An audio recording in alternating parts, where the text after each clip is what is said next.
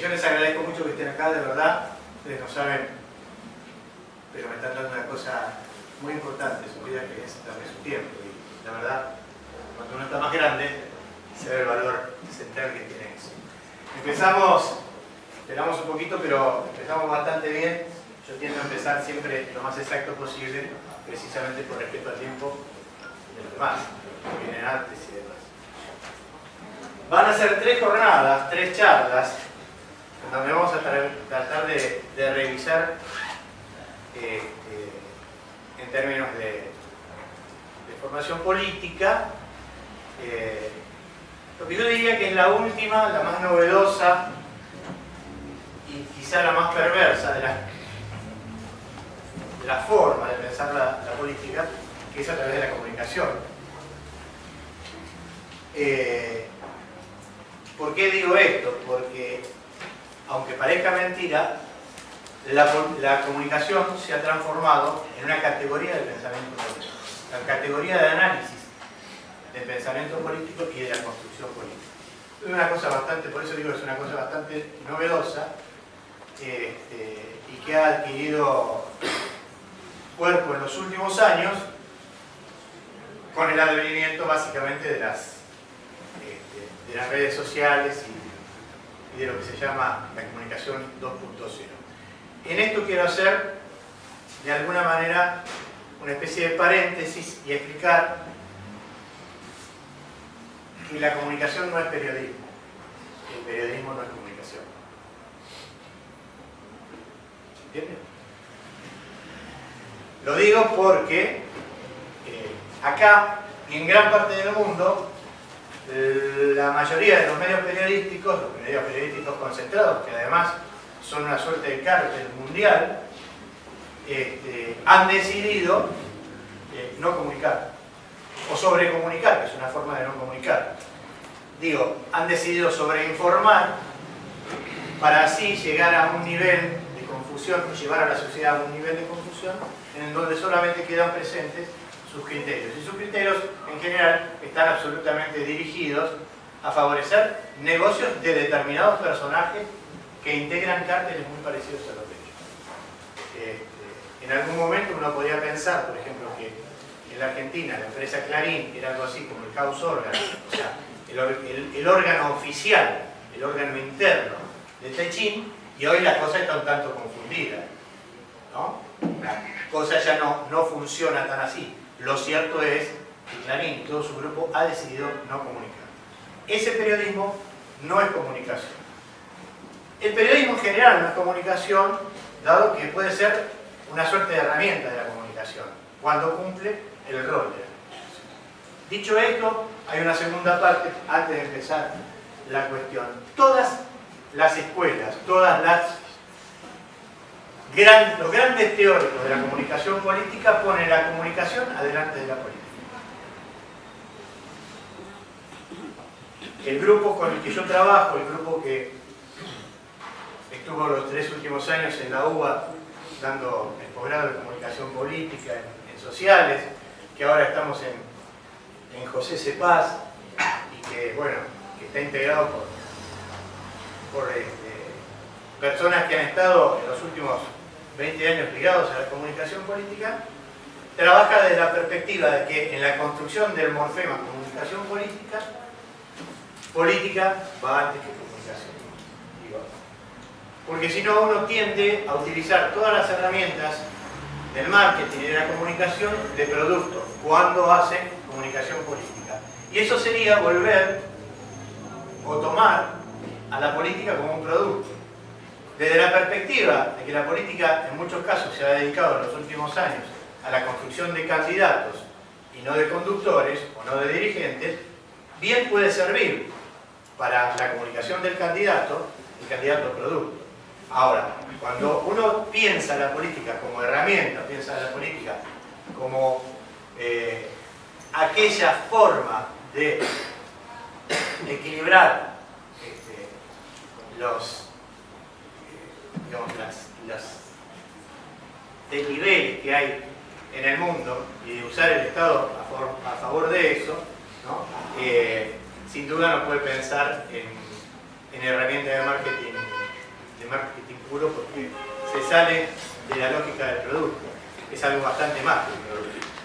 Cuando uno piensa, digamos, una herramienta para limar las asimetrías o acomodar las asimetrías que la propia sociedad tiene, entonces debería pensar en algo más que un producto.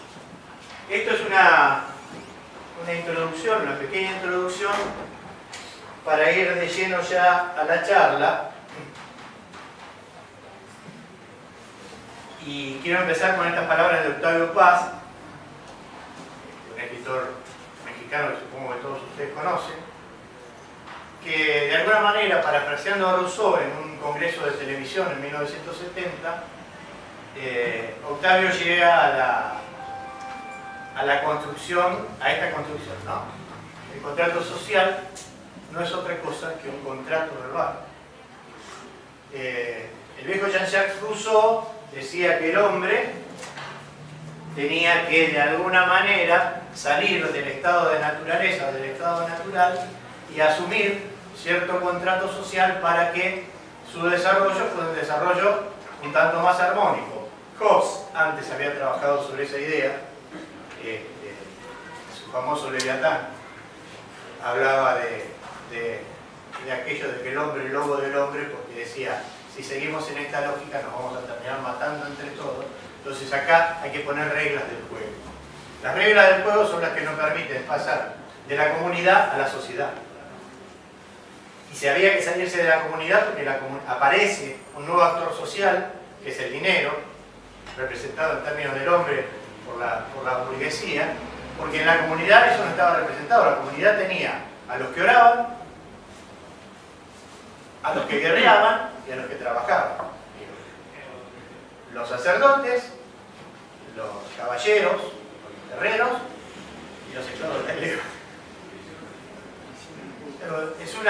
Ustedes se sonríen, pero de alguna manera el dinero no aparecía, y no aparecía, digamos, como instrumento de producción de poder. Era un trípode perfectamente ordenado. Cuando los caballeros recurren para sostener a las guerras, a los prestamistas, a los banqueros, y de ahí aparece la palabra banquero y la palabra salario, porque se pagaba en sal, se ponía la sal arriba de un banco, un banquito, un verdadero banquito, porque si uno lo daba en la mano del otro, bueno, ¿vieron eso de que no hay que pasar la sal en la mano? Porque uno se termina peleando por dinero, dicen. Bueno, es por eso, si uno pasaba la sal en la mano y se caía sal, quién sabe quién había perdido, y ahí pasaban y digamos grandes guerras. Pero digo, cuando aparece ese actor social, entonces debemos ordenar la sociedad con un nuevo actor social, con un nuevo personaje, y por supuesto ese nuevo personaje tiene que ver con un orden, y se establece el pacto social. 200, 300 años más tarde, Octavio Paz define que ese nuevo pacto social tiene que ver con esto de la comunicación.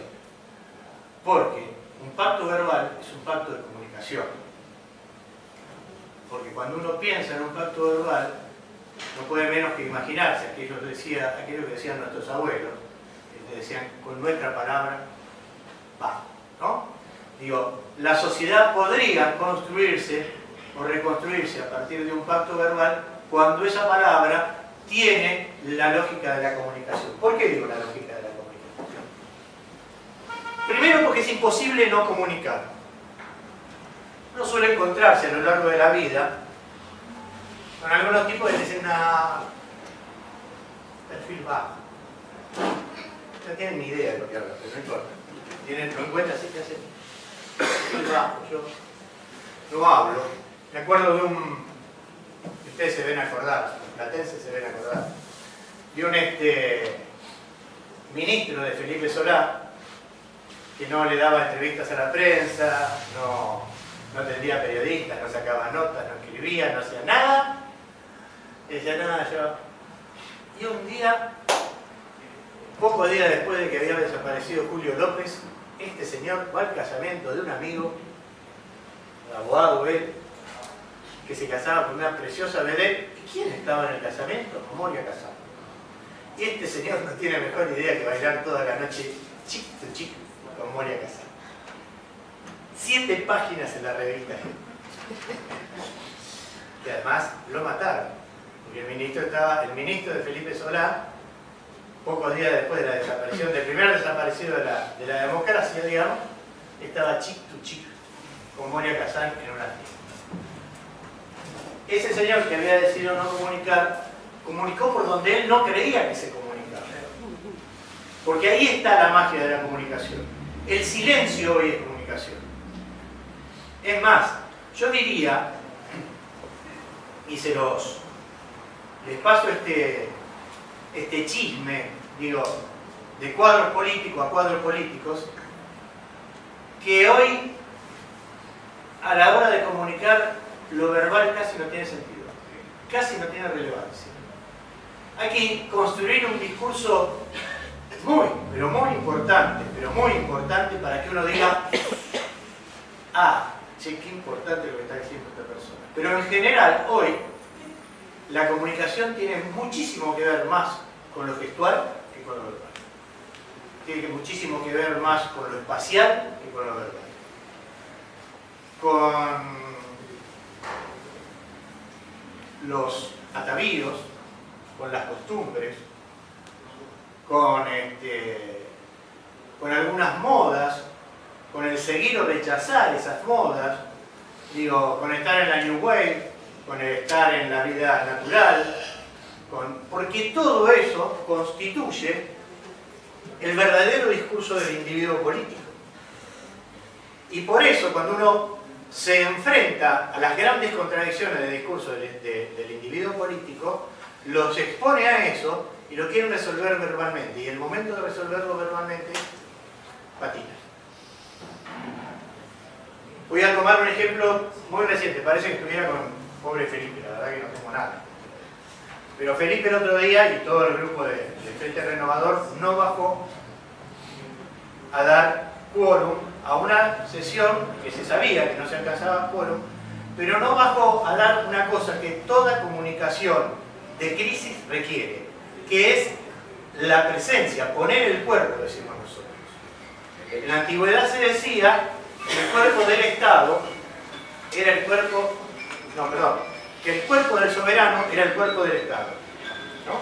El ciudadano o el siervo, no importa, veía en el cuerpo del rey, o en el cuerpo del sheriff, al cuerpo del Estado, lo veía representado ahí. La sociedad, de alguna manera, hoy, de una forma elíptica, tiene la misma impronta. Frente a una crisis, lo que quiere ver es el cuerpo de ese que lo representa, a ver cómo lo representa. Han pasado en estos términos, en estos años, cosas bastante graves, como por ejemplo, Cromañón, en donde, y yo lo he charlado además con su jefe de prensa de entonces, que hoy es mi compañero de cátedra, con Grosso, en donde Ibarra no se presenta en realidad se pasa 3 días pensando qué va a hacer y termina dando una conferencia de prensa. Esa noche, me va a decir, ¿qué digo? ¿A quién vas a nombrar? Pero esa noche, Aníbal Fernández, 1 hora después de Cromañón, estaba sacando pibes de adentro del boliche. Era ministro del Interior.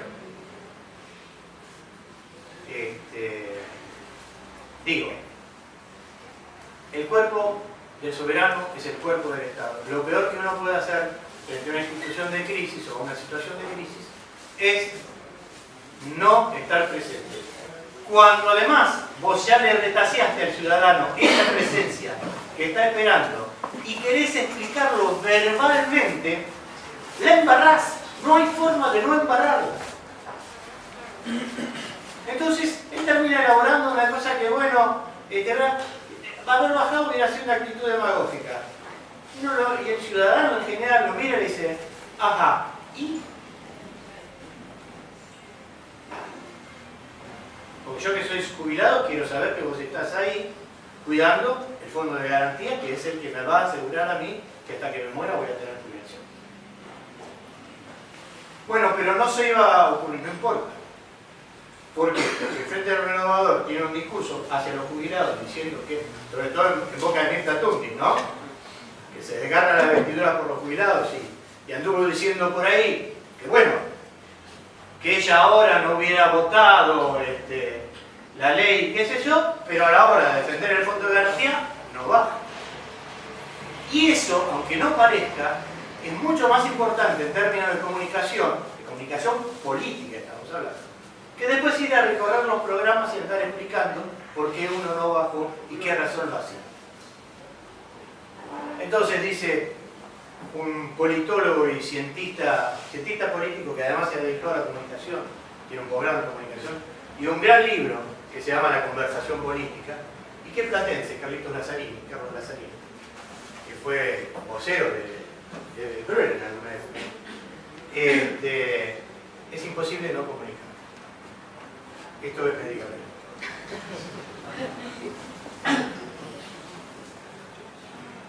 Ahora bien, ¿qué es comunicar? Pues yo hasta ahora les dije qué es no comunicar. Para los jefes de prensa que estén en esta charla, para los que mandan gacetillas, dice, che, ¿comunicaste? Sí, ya mandé la gacetilla. ¿Aviso? Porque informar no es comunicar. Yo te puedo informar, a mí, mis hijos me informan de muchas cosas, o yo informo de muchas cosas a mis hijos que nunca termino comunicándoselas. Lo pongo en autos, de ahí a que se los comunique es diferente. Publicar no es comunicar. Digo, yo puedo publicar 20 notas en un mes y no transmitir absolutamente nada. Y difundir, por esto de la gacetilla, no es comunicar. Porque todas estas que son herramientas que se confunden con la comunicación, y por eso yo digo, el periodismo no es comunicación, está bien, son las herramientas para comunicar, pero, aunque sean parte, no son la comunicación propiamente dicha. ¿Por qué? Porque la comunicación es meter al otro adentro del discurso propio. Cuando el otro participa de lo que yo estoy diciendo, cuando el otro comprende y devuelve, cuando el otro es capaz de integrarse a lo que yo estoy diciendo y preocuparse de lo que yo estoy diciendo y contestarme lo que yo estoy diciendo, ahí se construye un ámbito de comunicación. Por eso, los que damos clases a veces comunicamos con algunos alumnos y con otros no, porque no llegamos. ¿Cómo ha resuelto? Esto va a ser tema más largo de la próxima charla, pero ¿cómo ha resuelto, cortito, como tip, cómo ha resuelto la comunicación contemporánea ese tema? El de integrar al otro, el de meterlo en la comunicación. ¿Cómo lo ha resuelto? Con los efectos. Y voy a citar un acto absolutamente desgraciado. El programa de TIC Sport, que el otro día, después de la derrota de la selección, hizo un minuto de silencio por la selección que estaba muerta, lo que hizo fue un efecto. Lo que produjo un efecto. ¿Por qué? Porque hoy el efecto es central para inculcar el concepto.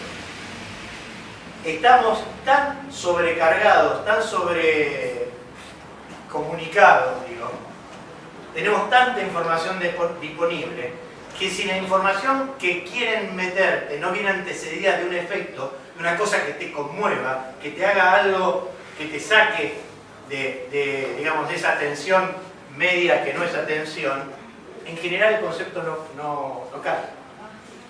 Y compañerita, es un gravísimo problema que tenemos los peronistas. Me olvidé de decirle, yo soy peronista. Un gravísimo problema que tenemos los peronistas porque siempre hemos sido, desde Perón, hemos sido conceptuales. Y creemos todavía que lo conceptual sigue siendo primordial. Y entonces construimos grandes discursos verbales conceptuales que de golpe se destruyen por un concepto. Cuento una anécdota y sigo con la charla.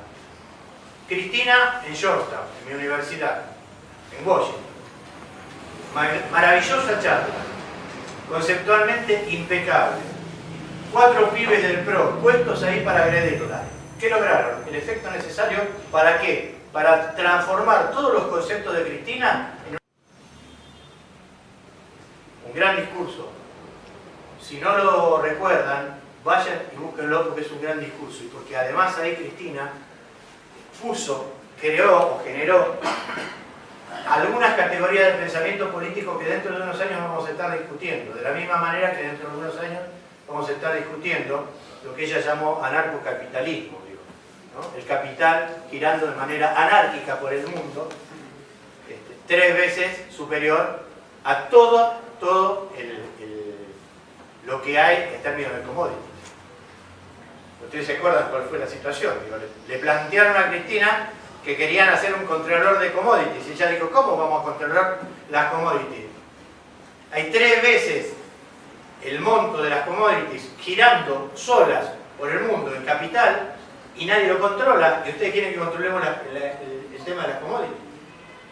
Bueno, esto es una categoría de pensamiento político que en 20 o 30 años va a estar la ciencia política discutiendo. Bueno, no importa, porque eso fue el G20. Y lo importante del G20 fue que ella se compró zapatos de $100.000. Como dijo también tu amigo Aníbal Fernández. Dijeron, ¿se compró zapatos por $100.000? No, dice, no. Cada zapato que se compró costaba $100.000. Entonces, comunicar es meter al otro en el debate, es meter al otro en la conversación. Por eso, fíjense, una cuestión entre las muchísimas cuestiones interesantes del género, una cuestión que ha aparecido casi ligada al género, son los conversatorios. Digo, las chicas no te llaman ni a conferencia, ni a disertación, no.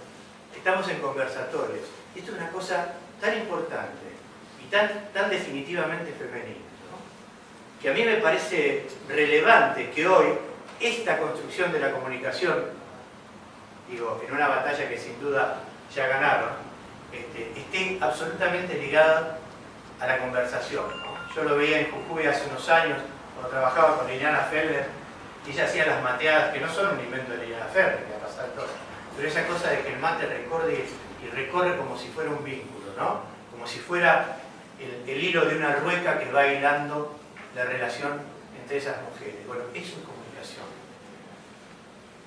Cuando Freire hacía aquella famosa pagada que antecedió de alguna manera a las redes reales y le daba un ovillo de Freire, digo, el pedagogo, el brasilero, le daba un ovillo de lana y se iban cruzando, ¿no? Y entonces se iba cruzando y que se construía la red y podía evidenciar esa red, estaba comunicando.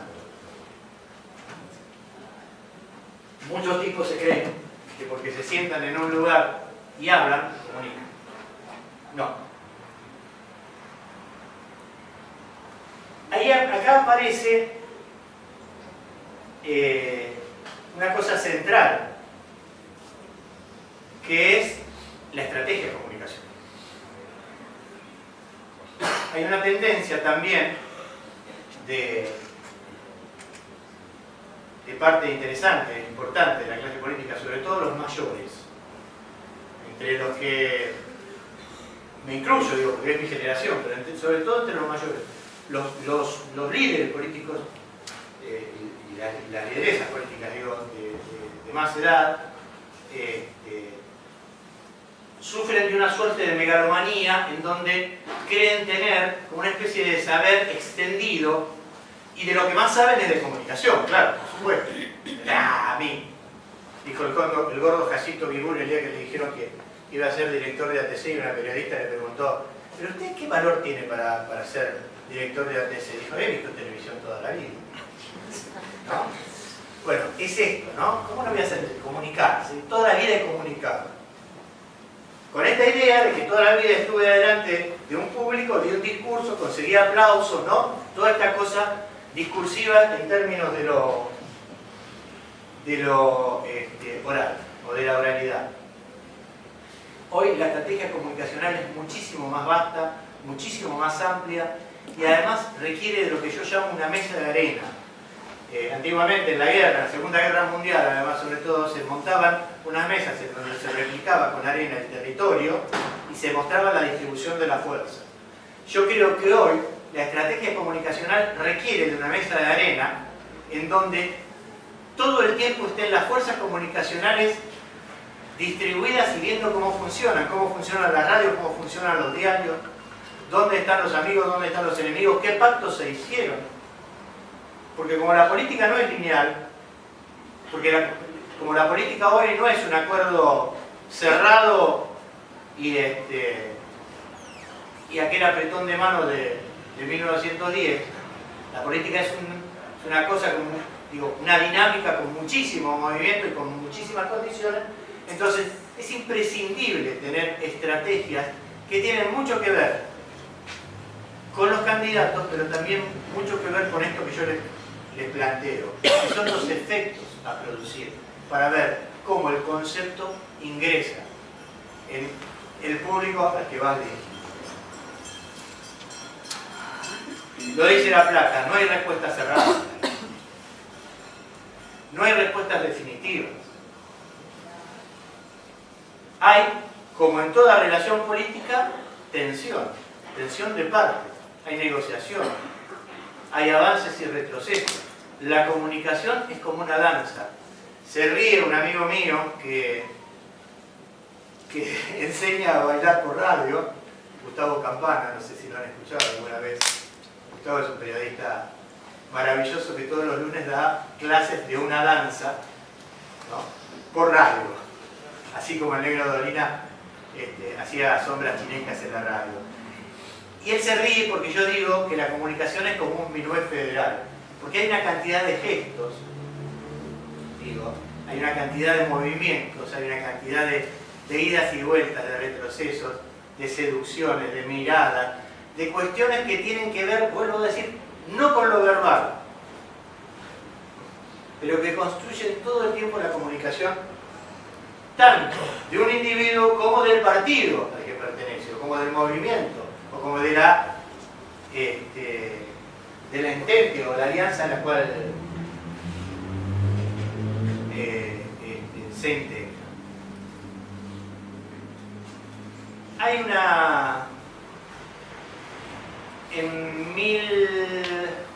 Bueno, a ver, vamos a hacerlo más fácil, así de paso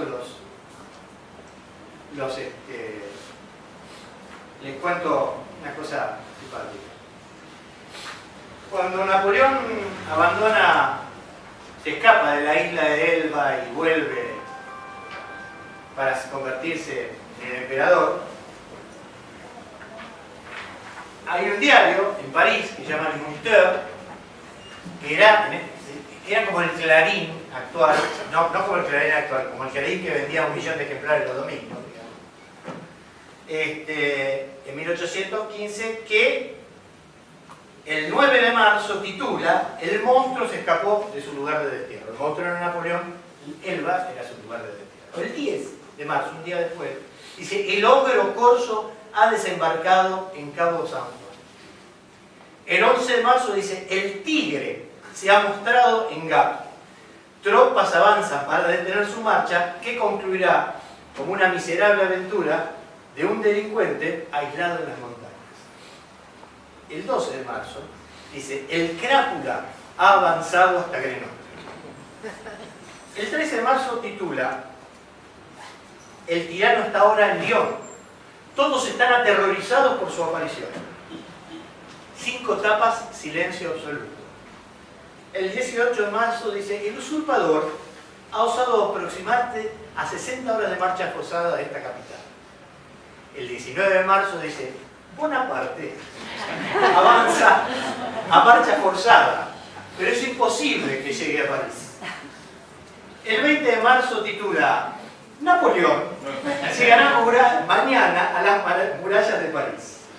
El 21 dice: "El emperador Napoleón se halla en Fontainebleau". Y el 22 de marzo dice: "Ayer por la tarde, su majestad, el emperador, hizo su pública entrada en las Tullerías. Nada puede exceder el regocijo público". Digo, para que no crean que Clarín inventó nada, ¿no?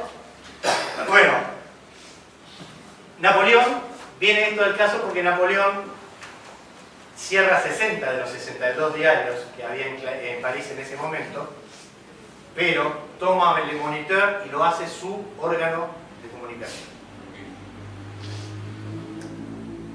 Piensen ustedes cuántos parisinos habrán seguido leyendo Le Moniteur con la idea de que leían el mismo diario. Digo, llamo la atención con esto, vuelvo a decir, porque no creo que se haya inventado nada ahora, pero además porque Napoleón es el primero que habla de la opinión pública como sujeto político. La idea de opinión pública se construye durante el imperio de Napoleón.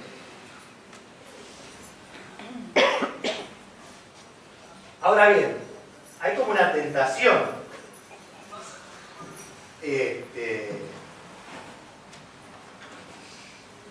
hacer esto, sobre todo digo, en estos días estamos viviendo una especie de gran tentación de hacer de la opinión pública, digamos, como una suerte de faro rector, ¿no?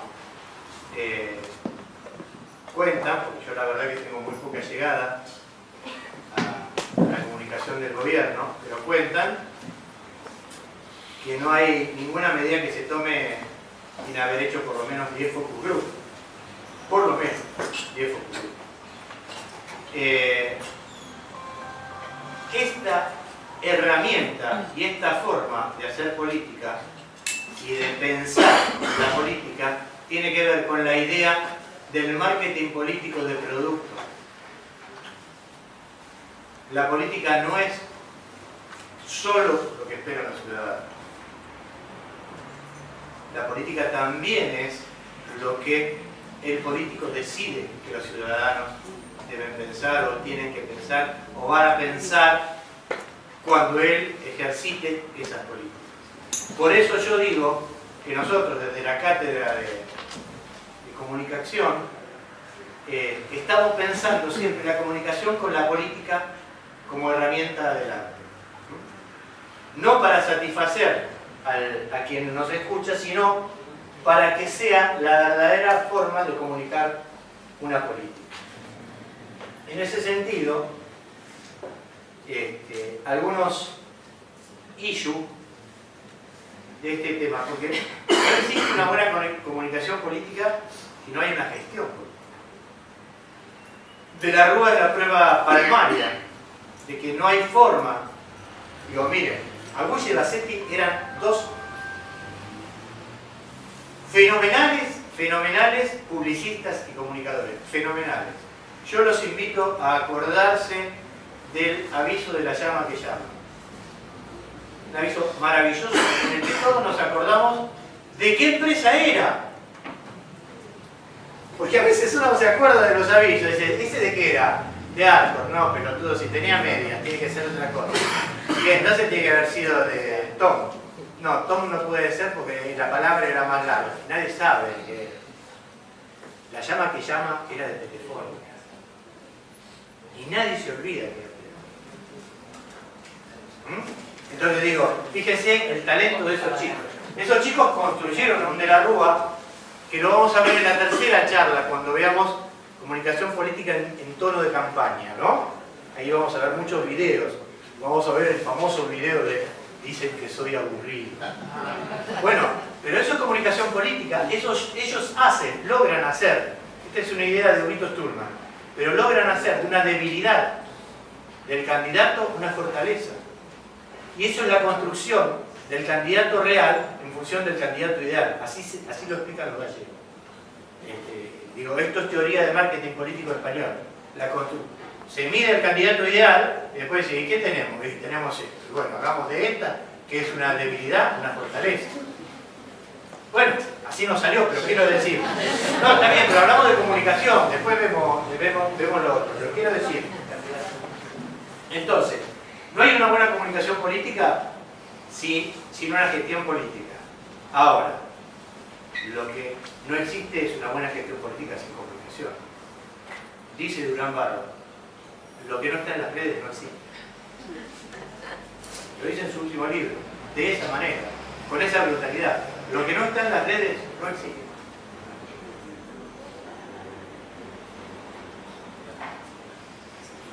Un gobierno, una gestión de cualquier nivel puede encontrar sustento en una buena estrategia de comunicación, sin gestión política, pero durar nada. Entonces, hay que pensar una estrategia de comunicación que involucre a toda la gestión del gobierno.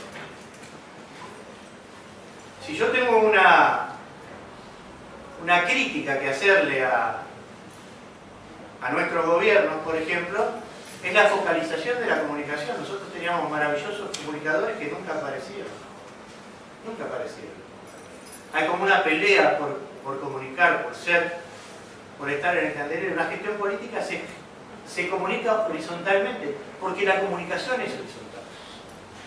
Si nosotros estamos pensando en la incorporación del otro para pensar en un verdadero discurso, entonces tenemos que hacer una comunicación horizontal.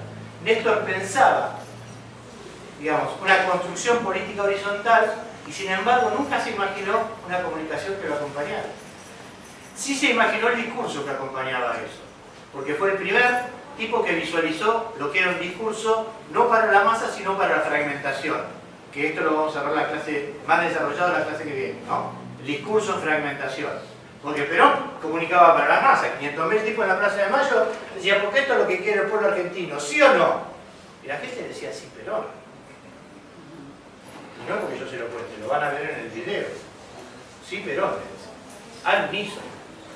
Plebiscitaba su gestión, paradito en el balcón, con 24 maniquíes al costado, porque estaban así, nievita se movía, y el único que hablaba y movía los brazos era él. Y le contestaban a él. Me contaba un querido compañero que cumplió en abril 100 años y que fue diputado nacional en el año 46, presidente de la Comisión de Guerra, en esa época la Comisión de Defensa se llamaba de Guerra, y es el que hace la primera ley de guerra, que es Saturnino Erro, Nino Erro. Me contaba que a él le gustaba ir a la plaza a escucharlo a Perón, que tenía la posibilidad de estar arriba, le gustaba estar en la plaza, porque ahí sentía que Perón le hablaba nada más que a él. Fíjense el magnetismo de esa personalidad, ¿no? Que cada uno de los tipos sentían que estaban en un diálogo. Pero era la masa, y hoy es la fragmentación.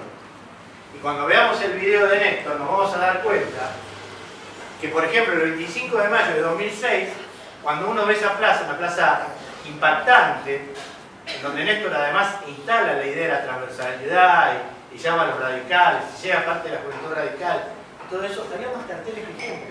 Yo los vi llegar. El director nacional del INCAP estaba en mi oficina, lo miraba así desde arriba. Estaba, decía, ferroviario de unidad 24, seccional 2. Dos tipos. Atrás dice, ferroviario, unidad 24, seccional 3. Dos tipos más. Una cosa tremenda. El nivel de fragmentación que expresan esas plazas requieren de un discurso diferente. Néstor entendió. No sé, nunca pude saber si lo había teorizado. Pero entendió eso. Pero no entendió la necesidad de abrir el abanico de la comunicación y permitir que ministros muy importantes, como Carlos Tomada, por ejemplo, que es un gran comunicador, que parezca mentira, se hicieran cargo de alguna manera de la comunicación de gobierno, no de la comunicación de su ministerio. Porque entonces lo único que estás haciendo es dar buenas o malas noticias. Y te transformás en el ministro de las buenas o malas noticias. Digo, la comunicación de gobierno, la comunicación de las políticas de gobierno. Terminar un gabinete, que nunca tuvimos, pero una reunión de gabinete, y como en la selección, va vos y vos a la conferencia de prensa. ¿Se entiende eso? Bien. Estrategia. No, para atrás. Vamos a ver un sistema de comunicación